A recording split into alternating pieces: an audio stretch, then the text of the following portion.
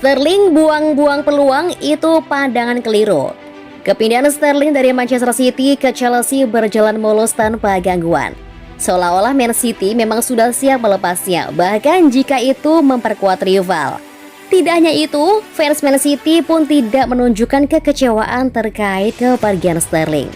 Tidak ada protes keras terhadap klub karena sudah melepas salah satu penyerang terbaik mereka. Situasi unik ini juga diamati oleh analis Liga Primer Adam Bett.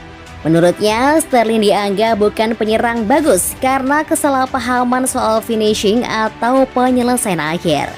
Sekilas Sterling memang terkesan mudah membuang peluang, tapi faktanya tidak demikian. Bett yakin ada kesalahpahaman soal itu.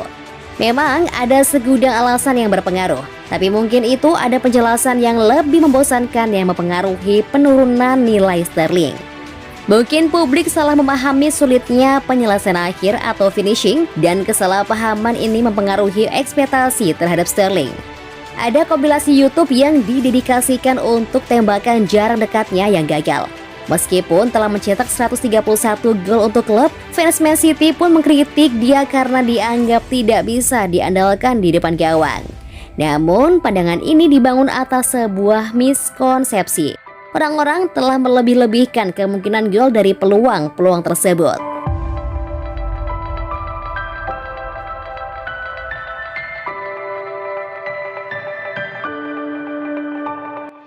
Man City akan tawarkan 3 pemain kontrak baru setelah kepergian Raheem Sterling. Manchester City akan menghadiahi penampilan Riyad Mahrez dengan kontrak baru menjelang musim depan. Pemain sayap itu luar biasa untuk musim lalu The Blues dalam perjalanannya mengangkat gelar Liga Primer dan sekarang dalam antrian untuk kontrak baru. Kepergian Raheem Sterling bersama dengan Gabriel Jesus berarti Mahrez akan memainkan peran penting musim depan sebagai pemain sayap kanan awal yang dijamin.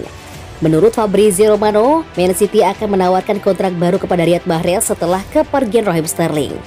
Mahrez akan ditawari kontrak baru dan City juga mengantri kontrak baru untuk Phil Foden dan Rodri. Man City akan tertarik untuk mengikat Riyad Mahrez dengan kesepakatan jangka panjang setelah kehilangan Sterling dan Gabriel Jesus. Mahrez selesai sebagai pencetak gol terbanyak klub di semua kompetisi musim lalu dan akan memainkan peran yang lebih penting musim ini jika Man City tidak menandatangani pengganti untuk 2 pemain yang keluar. Rodri dan Phil Foden juga siap untuk kesepakatan baru. Kesepakatan Phil Foden akan sangat penting mengingat betapa City sangat menghargainya.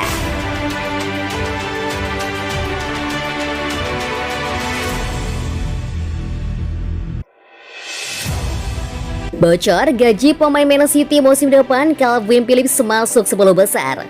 Manchester City mengumumkan Calvin Phillips sebagai rekrutan terbaru beberapa hari lalu. Phillips direkrut dari Leeds United untuk memperkuat lini tengah Man City musim depan. Menariknya, Calvin Phillips masuk dalam jajaran pemain yang akan menerima gaji besar di Manchester City.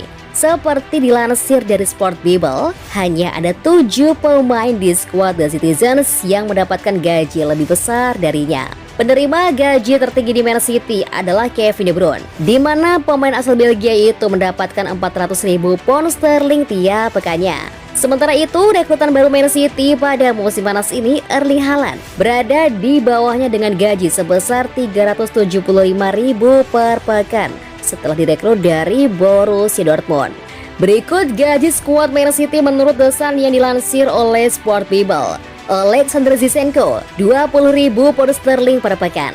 Arianet Murik, 20.000 pound sterling per pekan. Phil Foden, 30.000 pound sterling per pekan. Zack Steven, 50.000 pound sterling per pekan. Julian Alvarez, 50.000 per pekan. Nathan Ake, 92.000 per pekan. Kelly Walker, 110.000 pound sterling per pekan. Riyad Mahrez, 120.000 pound sterling per pekan. Aymeric Laporte, 120.000 pound sterling per pekan. Rodri, 121.000 pound sterling per pekan.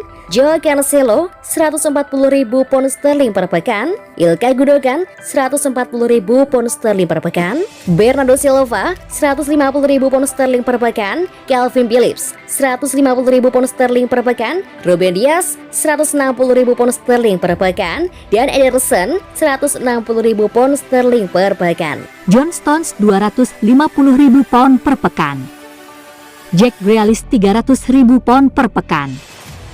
Raheem Sterling 300.000 pound per pekan. Erling Haaland 375.000 pound per pekan. Kevin De Bruyne 400.000 pound per pekan.